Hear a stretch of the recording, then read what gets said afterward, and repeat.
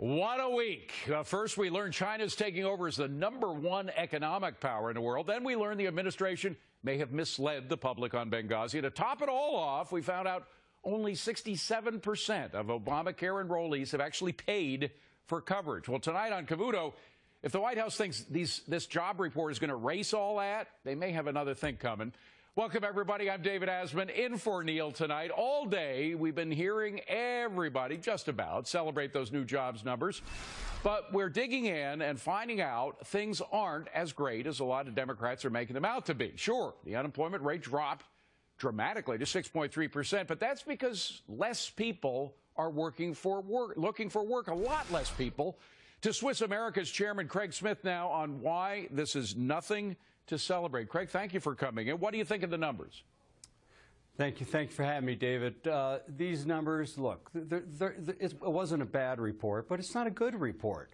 We increased the participation rate by, or decreased it by 806,000 jobs.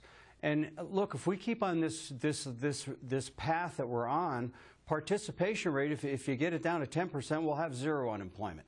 These numbers are ridiculous. Goodhart's law is kicking in now. We're using data points to dictate policy, and that means the data point is no longer of any value. So to say politically that this president has brought the unemployment rate down to 6.3%, the best level since the Lehman collapse in 2008, may play well politically, but it's doing nothing to help this economy. And if our viewers don't realize that the first quarter of 2014 with a 0.1%, and that's 0.1% growth in GDP, isn't a harbinger of bad things to come. I don't know what is. I've never heard more blame for weather in my life as it relates to economics, as if no other president has ever had a bad winter. Well, actually, even the Federal Reserve Board came out and said, look, the bad stuff isn't just about the weather. But, Craig, hang in there. I want to bring in our Fox Biz All-Stars. We've got Charlie Gasparino, Lori Rothman, and Gary B. Smith. Wonderful to see you. So, Charlie, the labor force participation rate, to get to Craig's point, is back down to 1978 levels. There were 800,000 people just kind of disappeared. And I remember pumping gas in 1978 with lines around the block. Right. We had oil crises and gas shortages. You were pumping gas? I did that sort of stuff. I will point this out. Why is the bond market up today? The bond market's up today, and with yields going down on an allegedly bullish, news cycle, it's up because there are sophisticated investors out there that are saying, you know what, this isn't as good as you think.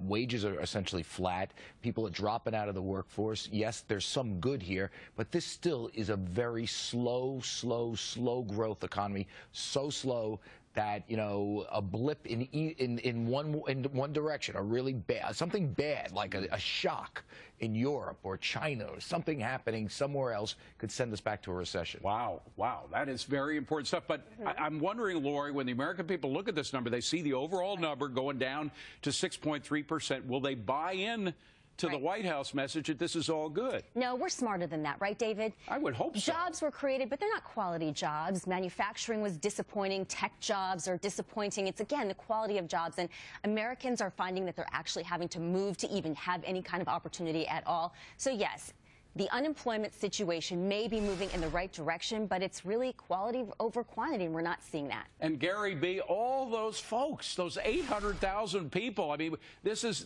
I think the second largest drop in labor participation rate that we've seen in years. Exactly, David. I wonder why they keep using this unemployment number. It's almost like a propaganda number. Why don't you just say it's 5%, 4%? Make it up, because it really doesn't matter to the average American. To Charlie's point, we are one government-mandated program away from a recession. If you look at the GDP report from Thursday, healthcare was the only sector that was up because we have this forced march into it. My gosh, if we didn't do that, we would have probably seen GDP go down, and then we're probably one quarter away from a recession. Craig, let's talk about that. The fact that we lost that title, #1 economy. Yeah, but that's a dubious measure. Okay, but the fact is we all agree on, we could be growing a lot faster than we are growing. How do we get back into it, Craig? Because there are a lot of businesses that could grow if they were just given the right incentives. Oh, indeed. And look, we have to abandon this whole thought of command and control economies. I mean, the Fed is dictating policy, thinking they're making things better. In my opinion, they're making things worse. How specifically are they making things worse? Well, for instance, you know, increasing their balance sheet to $3 trillion. And I think it's actually, forgive me, I think it's actually 4.1 trillion, but, you know, a trillion here, a trillion there. A trillion here, a trillion there, you know, what's the difference at this point? But there could be things that are done, and I'd be curious to know how Charlie feels about this. Well, let's ask him. The four major banks are bigger than they were before. I think they're in more trouble than they were before. I don't think Jamie Dimon has a clue the risk that he's playing with right now. Well, and I think we're one headline away from disaster. Well, I will say this. I agree with, you know, it was interesting. I had a conversation almost 2 years ago this day with Jamie Dimon, and, you know, it was when the London whale thing, that trading snafu occurred. Some people would say a scandal, that he didn't have any idea just how bad it was. And he called me up and he said, you know, this wasn't, we screwed up here, Charlie. And I said, listen, he said, but it's not illegal. I don't think we did anything illegal, but we just missed it. I said, your problem isn't whether you do anything illegal, Jamie. You're running a bank that you, being the best guy, can't manage. Nobody can manage. They should break it up. And we should point out that I think it was Bank of America this week who came out and said, oh, whoops, we didn't value our portfolio right, our mortgage-backed securities right, and they had to do a restatement. I mean, these banks are way too big, and here's the downside of these things being too big. You face much more capital requirements. You don't lend out the money that the Fed is printing, and I think that's having a drag on the economy. Money just sits there in the banks. Hold on a second. I want to get Lori in here because she's too young to remember 1970. Charlie and I remember 1970. You were pumping gas. I was looking for a job. But there was a general malaise in this country at the end of the Carter administration. People just didn't see any chance for real growth in the economy. We had this phrase, limits to growth, no matter what we did. But then we had Ronald Reagan come in, and suddenly it was Good Morning America. Is it possible that the darkest hour right now is just before dawn?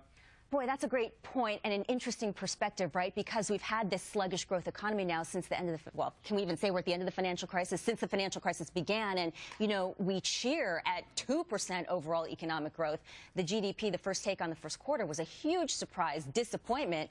But we're almost just used to this sluggish growth and this lackluster crisis-level job situation. It's the new normal, if you will. I think we're overusing that phrase. I don't think we're used to it. There are protests in all these cities. I mean, I don't like these Occupy Wall Street kids, but they're out of work. They got nothing to do. They're not making a lot of money. Some of them are union guys being paid by the union, by the way. That is their work. No, they are being organized by unions. That is true. I've been down there, and I reported on that. But mainly, these are kids without any jobs. And they're moving home with mom and dad, so they're happy with it. It is a scary situation. I like to think we're on the edge, that, again, the darkest hour is just before the dawn. Maybe I'm Pollyanna, but what the heck? I'll live with that title. Craig Smith, thank you very much. Good to see you. I appreciate you coming by. Good seeing you. Companies saving big under